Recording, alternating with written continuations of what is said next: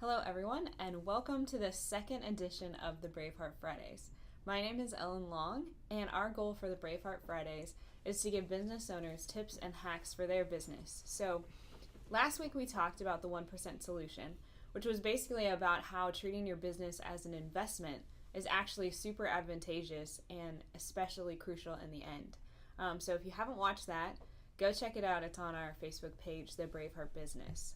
Now, today we thought since it was Thanksgiving yesterday and you're probably still hanging out with your family, we thought it'd be important to talk about how focusing on your business can actually be something that strengthens your family, which isn't something that we see business owners really thinking about. So, Randy, our CEO, and my father is here today to talk about that. Okay. So, Randy, what do you think is the ultimate goal for families when they're talking about doing a business together? Yeah. Most business owners start out with a skill set that they have or a desire to be self-employed, which is what I did. There is no grand scheme and long-term plans at that point for most of them, but as the company grows and the family grows, things start to change, and all of a sudden the future comes into mind. And some of these companies have become large and successful, and so complexity in their lives continues to grow. And sometimes the complexity exceeds where they realize they are. So the goals ultimately can become complex, and so they need really help in those areas. Now, something that I think is interesting is as these companies grow, you think, oh, well, the families are obviously going to get along better together because there's more money to be shared and all that. But as you've obviously seen and we've obviously seen, that isn't always the case. So if you don't mind sharing a couple stories on how that can actually go awry. Yeah, so one of our clients some years ago was a successful business owner who had a son that was running the business and was the likely person to take over. But the daughter got married, and so the son-in-law, they asked him to come in and work with them too. So the son-in-law came to work, and the company was growing and was successful. But after about 10 or 15 years, it was really clear to the son-in-law that he was going to be left in menial jobs. And so there was no plan, no discussion, no direction about ultimately what was expected of him and for him. And so he eventually left, and that rift was never really solved because even though the daughter loved her dad, she also realized that he had mistreated her husband. Yeah. Another one that I'd kind of like to tell you about too was an owner that I worked with that was a big micromanager. So he had brought in his son. The son worked in the company and for years, but the owner continued to make all of the decisions. He would never let the son actually have responsibility for any area. He kept diving down into whatever the son was in so that he could make the decisions. And so I use this example in my book, The Braveheart Exit, and we talk about how this owner he stayed involved in this business well into his 80s, and whenever he died, the son was essentially left with no decision-making skills and no track record of having done anything successfully on his own. So it became a substantial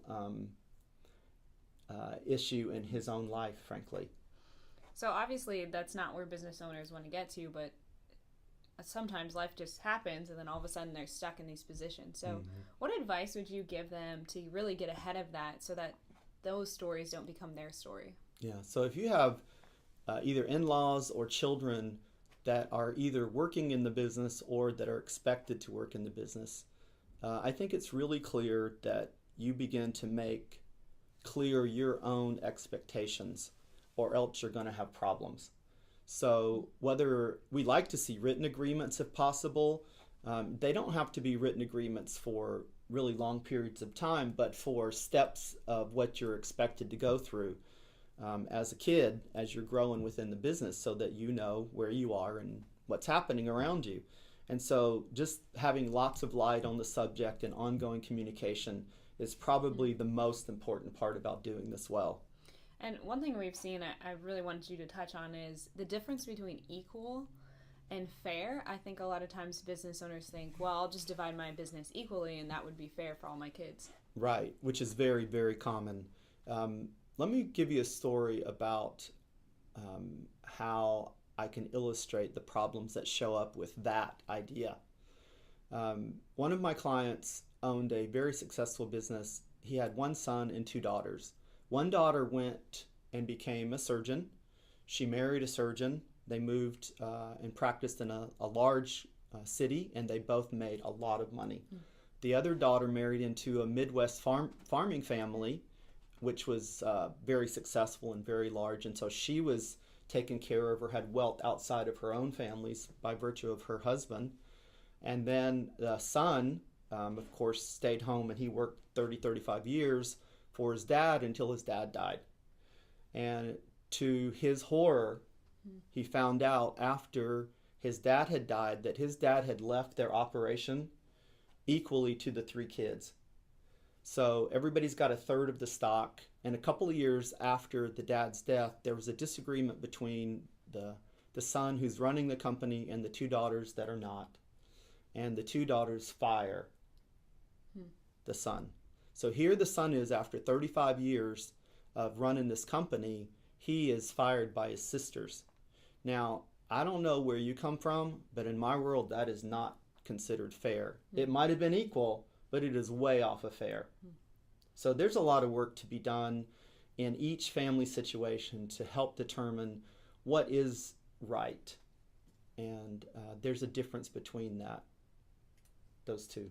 Yeah, I think one thing we like to tell parents that own businesses is really our goal through our planning and our work is that after the parents are gone, we want the kids to be able to still have a relationship where they want to get together after Thanksgiving. They want to spend time together because their parents have planned well. So hopefully you'll take these things to heart. I think they're really important and something that we see that business owners don't think about enough.